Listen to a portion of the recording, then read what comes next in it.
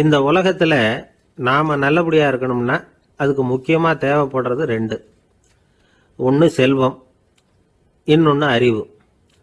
சரி, இது ரெண்டுல சிறந்தது எது அப்படின்னு ஒரு கேள்வி கேட்டா என்ன பதில் சொல்றது? இதே கேள்விய ஹஸ்ரத் அலி அவர்கள்கிட்ட கேட்டாங்களாம். அவர் ஒரு பெரிய அறிஞர். கேள்வி கேட்டவங்களும் சாதாரண ஆட்கள் இல்லை, இவங்களும் அறிஞர்கள். ஒரு நாள் ஹஸ்ரத் அலி அவர்கள்கிட்ட 10 அறிஞர்கள் வந்தாங்களாம்.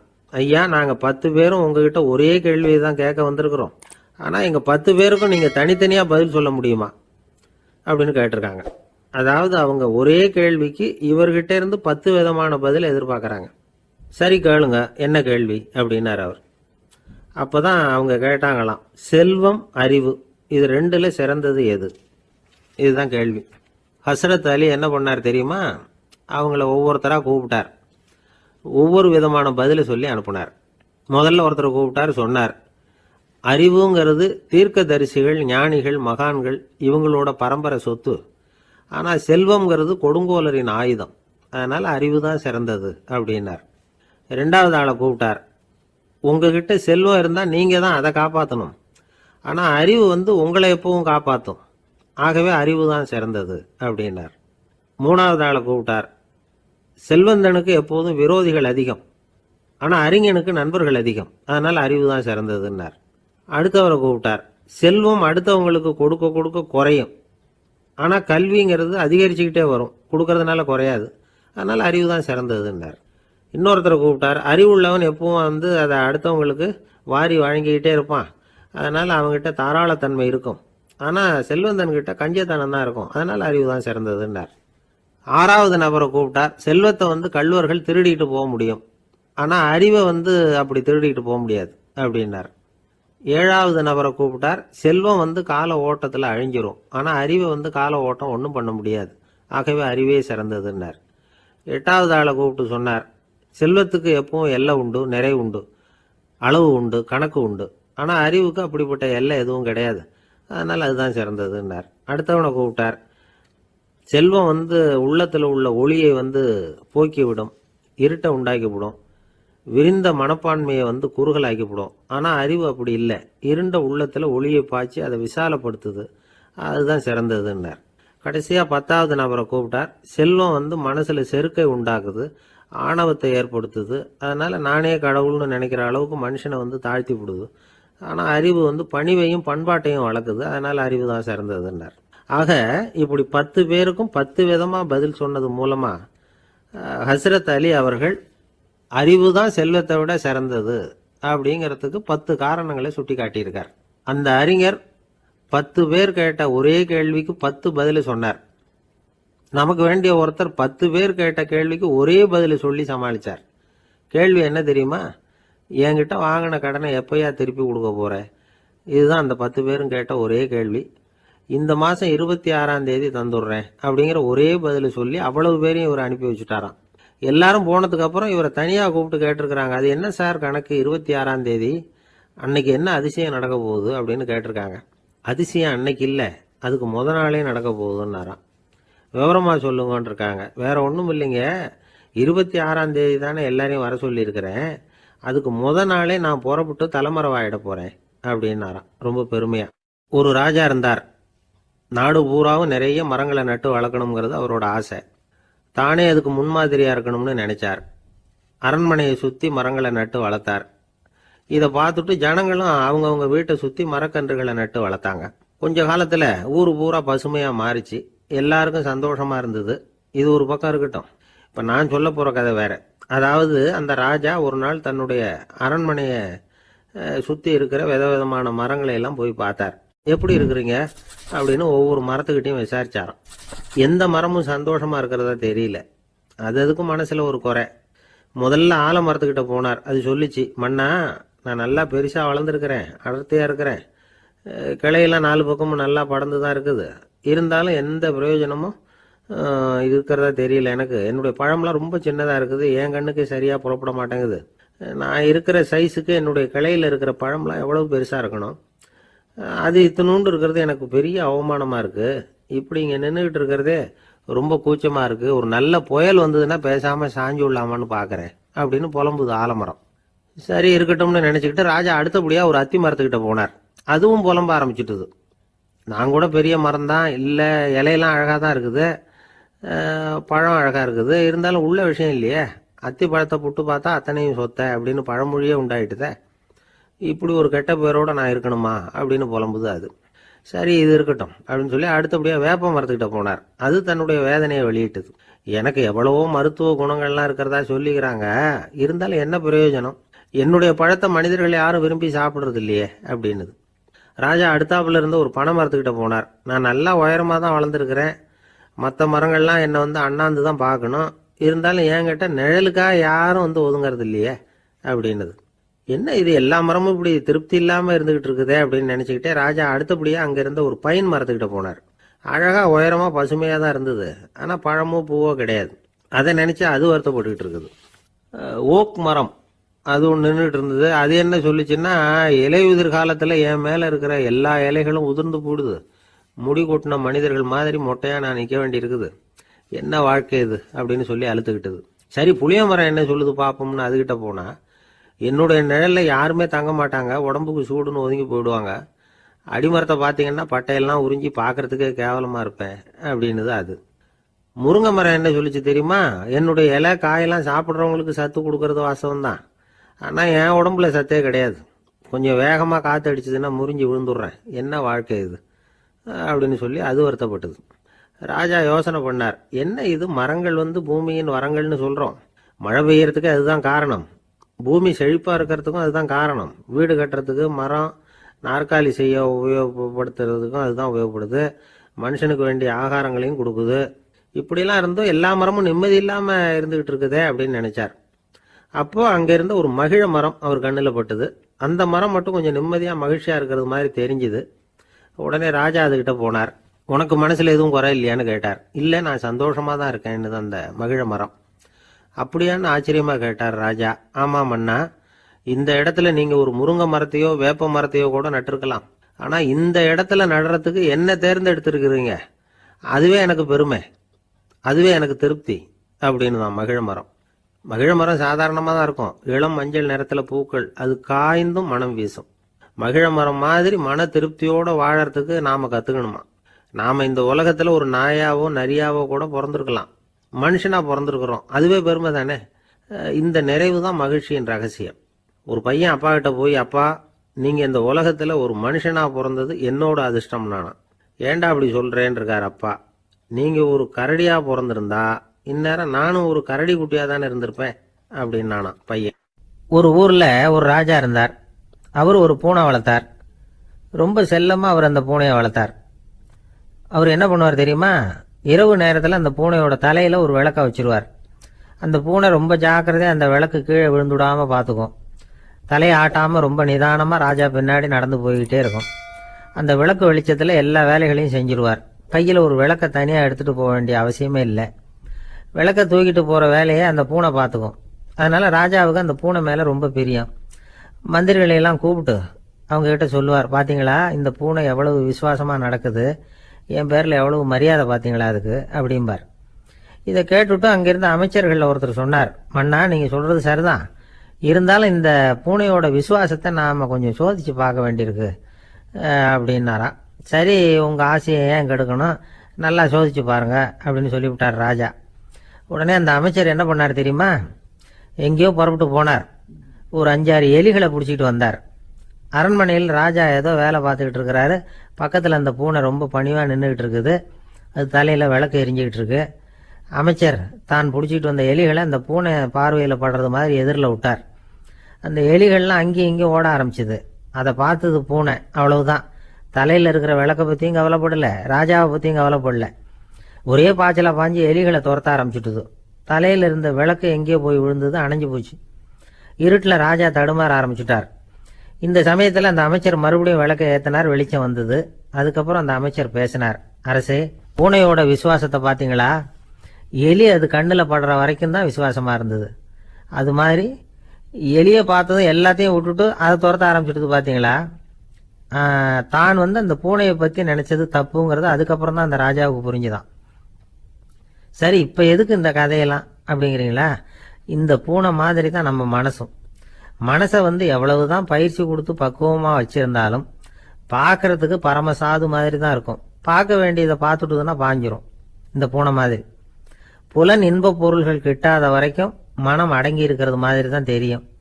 கொஞ்சம் வாய்ப்பு கிடைச்சாலும் அது குதிக்க ஆரம்பிச்சிடும், தப்பு பண்ண ஆரம்பிச்சிடும். பெரிய பெரிய முனிவர்கள் வாழ்க்கையில் நடந்த வீழ்ச்சி இதை தான் நிரூபிக்குது.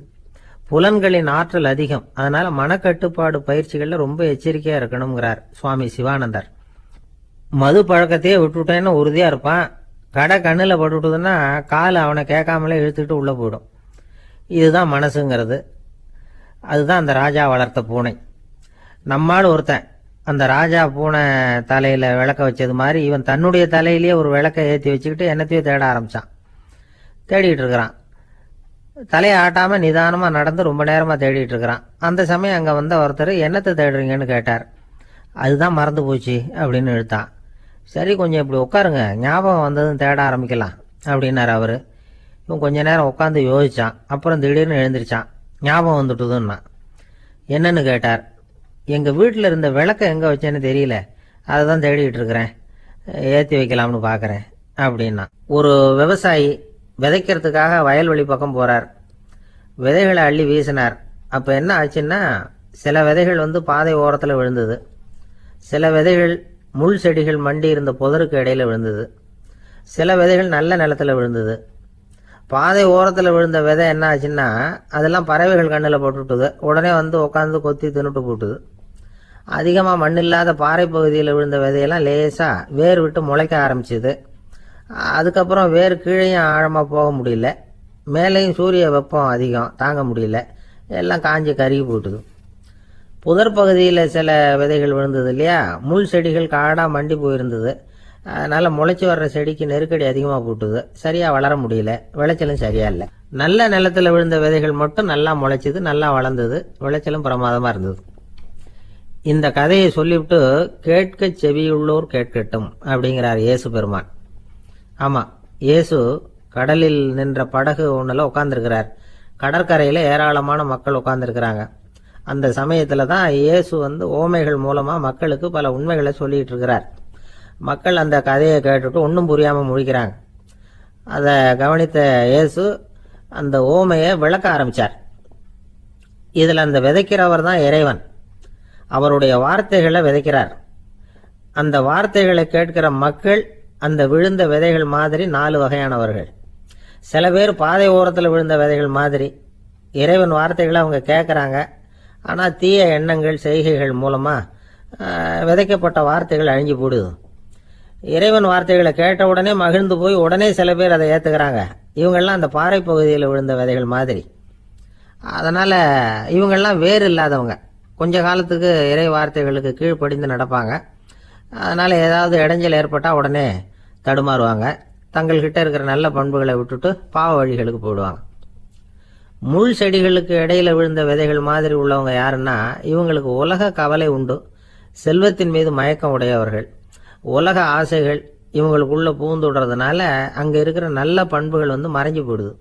அதனால் அவங்களும் உபயோகம் இல்லாதவங்களா ஆயிடுறாங்க.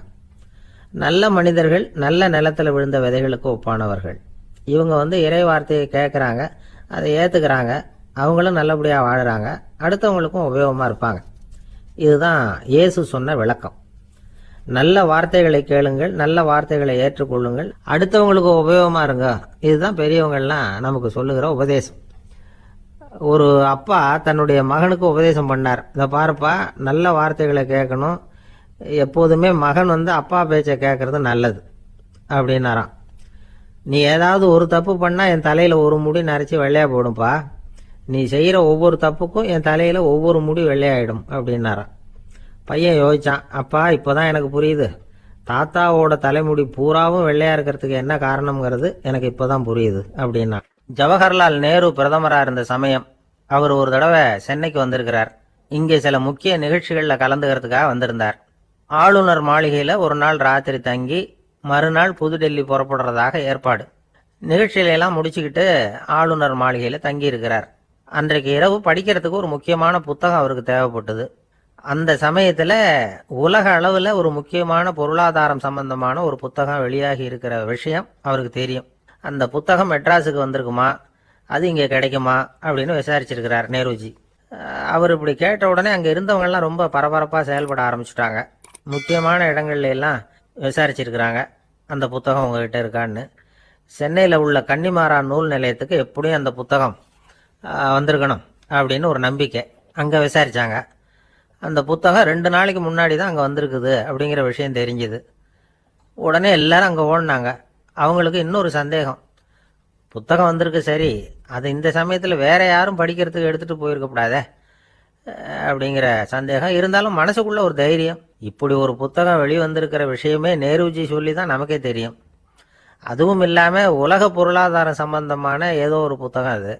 அதை போய் இந்த நேரத்தில் அவ்வளவு ஆர்வமாக யார் எடுத்துகிட்டு போயிட போகிறாங்க அப்படிங்கிற தைரியம். இந்த தைரியத்தோடு அந்த நூல் நிலையத்துக்கு ஓடினாங்க.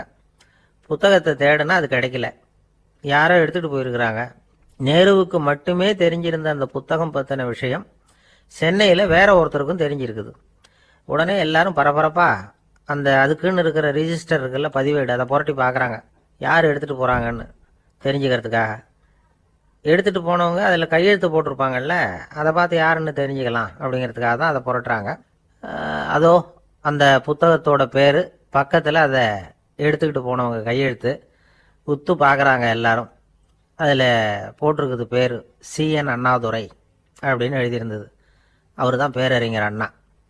நேரு படிக்க விரும்பின ஒரு புத்தகத்தை அதே நேரம் படிக்க விரும்பின இன்னொரு தலைவர் இவர். படிக்கிறதுல அவருக்கு இருந்த ஆர்வத்தை நாம் தெரிஞ்சுக்கணும்னா அதுக்கு எவ்வளவோ சம்பவங்கள் இருக்குது. கடைசி காலத்தில் அவர் அடையாறு மருத்துவமனையில் படுத்திருக்கிறார். அவருக்கு ஒரு முக்கியமான அறுவை சிகிச்சை செய்ய வேண்டியிருக்குது அவசரமாக. அமெரிக்காவிலேருந்து டாக்டர் மில்லர் வந்திருக்கிறார். அவர்கிட்ட கேட்குறார், டாக்டர் நாளைக்கே அறுவை சிகிச்சை செய்ய போகிறீங்களா அப்படின்னு. ஆமாங்கிறார் டாக்டர் மில்லர். நாளைக்கு மறுநாள் செஞ்சுக்கிறேனே அப்படின்னாரான் அண்ணா. ஏன் ஏதாவது நாள் பார்க்குறீங்களான்னு கேட்டிருக்கார். இல்லை, ஒரு புத்தகத்தை படிச்சுக்கிட்டு இருக்கிறேன், அதை நாளைக்குள்ளே முடிச்சிருவேன், அதுக்கப்புறம் நான் இறந்தாலும் கவலை இல்லை அப்படின்னாரான் இவர். அவர் தான் அறிஞர் அண்ணா. சங்ககால நூல்கள்லேருந்து சமீபத்தில் வந்த நூல்கள் வரைக்கும் எல்லாம் அவர் படிச்சிருக்கிறார். ஒரு திருமண விழாவில் அவர் பேசும்பொழுது சொன்ன விஷயம் இது. சங்க காலத்தில் காதலியை மணக்க விரும்புகிறவனுக்கு அவனுடைய தந்தை வீர சோதனைகள்லாம் வைப்பார். போய் புலிப்பல் கொண்டுக்கிட்டு வா, அப்போ தான் என் பொண்ணை கொடுப்பேன் அப்படின்னு சொல்லுவார். காதலன் உடனே காட்டுக்கு போவான், ஒரு புலியை கொன்று அதனுடைய பல்லை கொண்டுகிட்டு வருவான். அதை வீர பதக்கத்தில் பதிச்சு அவனுக்கு மாமனார் சூட்டுவார் கல்யாண சமயத்தில்.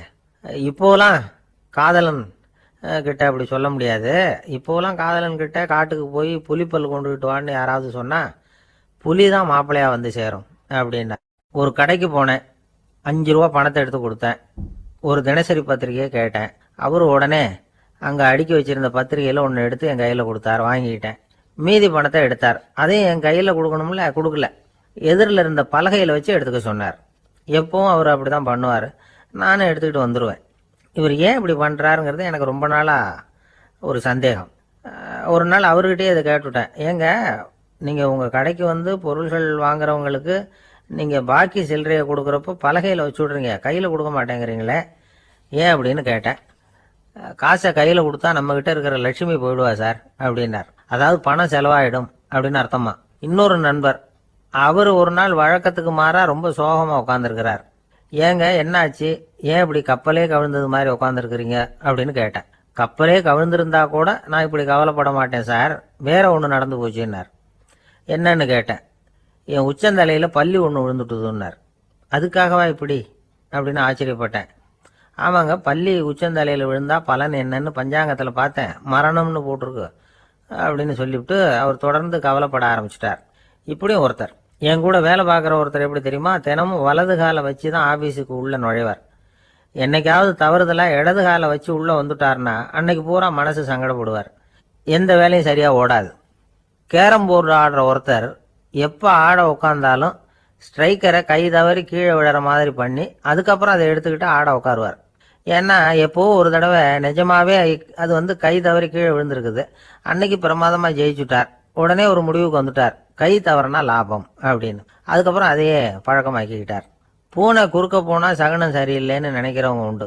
ஆனால் ஒருத்தர் எப்படி தெரியுமா, அவர் வெளியில் கிளம்புற சமயம் பக்கத்து வீட்டு ரேடியோவில் மியாவ் மியாவ் பூனை குட்டின்னு பாட்டு சத்தம் கேட்டால் கூட போதும், சகனம் சரியில்லைன்னு பிரயாணத்தை கேன்சல் பண்ணிவிடுவார்.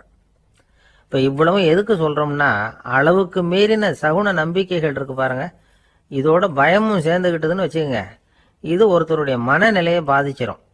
இது உளவியல் நிபுணர்கள் சொல்கிற கருத்து. வாழ்க்கையே தடுமாற வச்சிரும். பாதுகாப்பு இல்லாத உணர்வு, ஒரு விதமான டிப்ரெஷன் மனநிலை, இதெல்லாம் தான் இதுக்கு காரணமாக அமையலாம். சில பேர் காய்கறி நறுக்க கத்தியை கையில் எடுத்தால் கூட நேரம் சரியாக இருக்கா அப்படின்னு பார்த்துட்டு தான் வேலையை ஆரம்பிக்கிறது வழக்கம். அறிவு தான் மனசுக்கு வாத்தியாராக இருக்கணும். அப்போ தான் வாழ்க்கை நிம்மதியாக இருக்கும். அறிவு மனசு சொல்கிறபடியெல்லாம் கேட்க ஆரம்பிச்சுட்டுதுன்னா இடைஞ்சல் தான். ஒருத்தருக்கு 7ஆம் நம்பர் தான் ராசியான நம்பரான். 7ஆம் தேதி தான் எந்த காரியத்தையும் ஆரம்பிப்பாராம்.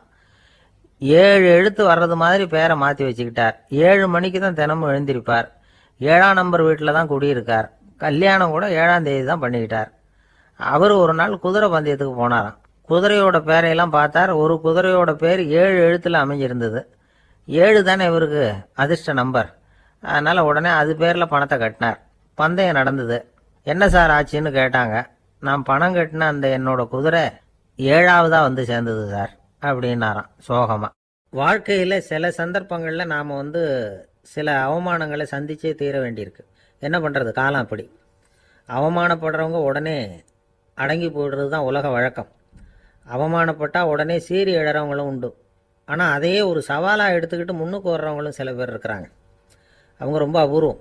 இன்றைக்கி மனோதத்துவ நிபுணர்கள்லாம் என்ன சொல்கிறாங்க தெரியுமா? அவமானப்பட்டுட்டா உடனே அடங்கி போயிடக்கூடாதான். அதையே ஒரு சவாலாக எடுத்துக்கிட்டு மனசில் ஒரு வைராக்கியத்தோடு முயற்சி பண்ணினா வாழ்க்கையில் எல்லாரும் முன்னேறலாமா. அவமானங்கிறத நாம் வைராக்கியமாக மாற்றிக்கணும். அதுதான் வெற்றிக்கு வழி. ராமர் இந்த பூமியில் பிறந்ததே ஒரு வைராக்கியத்தினால தான் சார் அப்படின்னார் ஒருத்தர். எப்படிங்க அது அப்படின்னு கேட்டேன். அவர் சொன்னார், தசரதருக்கு ராமர் குழந்தையா பிறக்கணும், அப்போ தான் இங்கே இருக்கிற கஷ்டங்கள்லாம் நீங்கும் அப்படின்னு சர்வ லோகமும் எதிர்பார்த்துக்கிட்டு இருக்குது. ஆனால் அவர் எப்போ பிறப்பார் அப்படின்னு யாருக்கும் தெரியல. அந்த காரியம் சீக்கிரம் நடக்கணுமே, அதுக்கு என்ன பண்ணுறது? நாரதர் வந்தார் ஒரு நாள் தசரதரை தேடி. தசரதா, உனக்கு ஒரு செய்தி தெரியுமான்னு ஆரம்பித்தார். அவர் எப்பவும் இப்படித்தானே ஆரம்பிக்கிறது வழக்கம். என்ன விஷயம்னு கேட்டார் தசரதர். தசரதா, நீ அடிக்கடி உன்னோட தேரில் ஏறிக்கிட்டு தேவலோகத்துக்கு போகிற, அங்கே போகிற வர்ற எல்லாம் பண்ணிகிட்ருக்க, எல்லாம் சரி. தேவலோகத்துலேயும் உன்னை நல்லபடியாக தான் வரவேற்கிறாங்க. தேவேந்திரன் உன்னை பிரியமாக அழைச்சிட்டு போய் தன்னுடைய அரியாசனத்திலேயே தனக்கு பக்கத்திலேயே உட்கார வைக்கிறான். நீயும் சந்தோஷமாக உட்காந்து பேசிவிட்டு வந்துடுற. ஆனால் நீ இங்கே வந்ததுக்கு அப்புறம் அங்கே என்ன நடக்குது தெரியுமா உனக்கு அப்படின்னாரான் நாரதர். என்ன நடக்குது எனக்கு ஒன்றும் தெரியலையே அப்படின்னாரான் தசரதர். நாரதர்கிட்ட கிட்டத்தில் கேட்டிருக்கார், கொஞ்சம் சொல்லுங்கள் என்னது அப்படின்னு. அவர் நெருங்கி வந்தாராம் நாரதரும். மெதுவாக அவர் காதோட காதாக சொன்னாராம். அதாவது நம்ம பாஷையில் சொல்லப்போனால் பற்ற வைக்கிறார். நீ அங்கே தேவேந்திரங்கிட்ட உட்காந்து பேசிவிட்டு வந்த பிறகு நீ அங்கே உட்காந்துருந்த அரியாசனத்தை தண்ணி ஊற்றி கழுவி சுத்தப்படுத்துகிறாங்க. நீ என்ன அந்த அளவுக்கு சுத்தம் இல்லாத ஆளா? தினம் குளிக்காமையாக இருக்கிற அப்படின்னாராம். தசரதருக்கு இது ரொம்ப அவமானமாக போயிட்டுது. அப்படியே செய்கிறாங்க அப்படின்னாராம். ஆமாம், நீ வேணும்னா நான் சொல்கிறது உண்மையா இல்லையா அப்படின்னு சோதனை பண்ணி பார்த்துக்கோ அப்படின்னாரான் நாரதர். உடனே தசரதர் இதுக்காகவே புறப்பட்டு தேவலோகம் போனார். அங்கே வழக்கம் போலவே இவரை கூப்பிட்டு உட்கார வச்சு பேசிக்கிட்டு இருந்தான் தேவேந்திரன். கொஞ்ச நேரம் பேசிக்கிட்டு இருந்துட்டு சரி நான் கிளம்புறேன்னு புறப்பட்டார். சரி, அவனும் வாசல் வரைக்கும் வழி அனுப்பி வச்சுட்டு உள்ளே போயிட்டான். தசரதர் வெளியில் கொஞ்ச நேரம் மறைஞ்சி இருந்துட்டு மெதுவாக உள்ளே எட்டி பார்த்தார் என்ன நடக்குதுன்னு. நாரதர் சொன்னது உண்மைதான். தசரதர் உட்காந்துருந்த ஆசனத்தை அங்கே 2 தேவர்கள் கழுவி சுத்தப்படுத்திக்கிட்டு இருக்கிறாங்க. தசரதரால் இதை தாங்கிக்க முடியல. அவருக்கு ரொம்ப அவமானமாக போச்சு. நேராக கிடுகிடுன்னு தேவேந்திரங்கிட்டே போனார். நான் உட்காந்துருந்த இருக்கையை சுத்தம் பண்ணுறியே, நான் என்ன அந்த அளவுக்கு பாவியா அப்படின்னு கேட்டார். ரொம்ப கோபமாக கேட்டார். தசரதரே, மனுஷனுக்கு 3 கடன்கள் உண்டு. தேவ கடன், ரிஷி கடன், பித்ரு கடன். இதை தீர்க்காதவன் பாவியாகிறான். இதில் மகனை பெறுவதால் தான் பித்ரு கடன் தீரும். உனக்கு மகன் கிடையாது, அதனால் நீ பாவியாகிற. பாவி உட்கார்ந்துருந்த இடம்ங்கிறதுனால அதை சுத்தம் செய்ய வேண்டியது எங்கள் கடமை அப்படின்னு நானும் தேவேந்திரன். இந்த இடத்துல தசரதருக்கு ஏற்பட்ட அவமானம் ஒரு வைராக்கியமாக மாறிச்சு. தேவேந்திரனே கேட்டுக்கோ, ஒரு மகனை பெற்ற பிறகு தான் இந்த சபையில் மறுபடியும் அடி எடுத்து வைப்பேன் அப்படின்னு சொல்லிவிட்டு போயிட்டாரான். போய் புத்திர காமேஷ் யாகம் பண்ணார். புத்திரர்கள் பிறந்தார்கள். இந்த கதையில் உள்ள கருத்து என்னன்னா, தேவேந்திரன் தசரதரை அப்படி அவமானப்படுத்தலைன்னா அவருக்கு இப்படி ஒரு வைராக்கியம் பிறந்திருக்குமா யோசிச்சு பார்க்கணும் நமக்கு ஏற்படுகிற சில அவமானங்களையும் வைராக்கியமாக மாற்றிக்குவோம். அப்படி மாற்றிக்கிட்டோம்னா வாழ்க்கையில் முன்னேறலாம். நம்ம ஆளுங்க சில பேர் அவமானத்தை வைராக்கியமாக மாற்றிக்கிறது எப்படி தெரியுமா? நம்மக்கிட்ட ஒரு பையன் சொன்னான், எங்கள் அப்பா என்னை எல்லாருக்கும் முன்னாடி வச்சு திட்டுவிட்டார், பொறுப்பு இல்லாமல் ஊர் சுற்றுறேன்னு சொல்லி அவமானப்படுத்தி விட்டார். இனிமேல் நீ என் முகத்திலேயே முழிக்காதரா போடான்னு வேற சொல்லிவிட்டார். எனக்கு ரோஷம் வந்துட்டுது. அந்த அவமானத்தை வைராக்கியமாக மாற்றிக்கிட்டேன். அன்னையிலேருந்து அவர் முகத்திலேயே முழிக்கிறது இல்லை அப்படின்னா. அப்படியான்னு கேட்டோம். ஆமாங்க, அவர் வீட்டில் இல்லாத நேரமாக பார்த்து உள்ளே சமையல் கட்டுக்கு போய் சாப்பிட்டுட்டு நைஸாக வெளியில் வந்துடுவேன் அப்படிங்கிறான். ஒரு ஊரில் ஒரு கோயில் இருந்தது. ரொம்ப பழைய கோயில். உள்ளே போகிறதுக்கே பயமாக இருக்கும். எந்த நேரத்தில் இடிஞ்சு விழுந்துருமோ அப்படிங்கிற பயம். அப்படி இருந்ததுனால யாரும் துணிஞ்சு சாமி கும்பிடுறதுக்கு அங்கே போகிறதில்ல. கோயிலுக்கு வர்ற கூட்டம் கொஞ்சம் கொஞ்சமாக குறைய ஆரம்பிச்சுட்டுது. கோயில் நிர்வாகிகள் எல்லாரும் கூடி உட்காந்து பேசினாங்க. என்ன பண்ணலாம்னு யோசனை பண்ணாங்க. எந்த இடம் மோசமாக இருக்கோ அந்த இடத்த பழுது பார்த்தாங்க. அங்கே இங்கே வர்ணத்தை பூசி கொஞ்சம் அழகுபடுத்தி பார்த்தாங்க. ஏதோ இந்த ஊரில் கோயில்னு ஒன்று இருக்குது, அது மக்களுக்கு தெரியணும் அப்படிங்கிறதுக்காகத்தான் இப்படிலாம் பண்ணாங்க. இருந்தாலும் கோவில் இருக்கிற நிலைமை மக்களுக்கு தெரியும். அதனால் அங்கே வர்றது குறைச்சிக்கிட்டாங்க அவங்க. ஒரு கட்டத்தில் யாருமே வர்றதில்லை. நிலைமை அந்த அளவுக்கு ஆயிட்டுது. மறுபடியும் கோவில் நிர்வாகிகள் கூட்டம் நடந்தது. இந்த கூட்டம் கூட கோயிலுக்கு உள்ளே நடக்கலை. இடிஞ்சு விழுந்துருமோங்கிற பயம். அதனால் வெளியில் தான் உட்காந்து கூட்டத்தை நடத்தினாங்க. ஏன்னா உள்ளே போகிறதுக்கு அவங்களுக்கும் துணிச்சல் கிடையாது. எந்த நேரமும் விழுந்துரும் போல் இருந்தது அது. அது வழியாக போகிறவங்க கூட வேகமாக அந்த இடத்த கடந்து போக ஆரம்பிச்சிட்டாங்க. கோவில் நிர்வாகிகள் வெளியில் உட்காந்து கூட்டம் போட்டாங்க இல்லையா, அந்த கூட்டத்தில் 4 தீர்மானங்களை நிறைவேற்றினாங்க.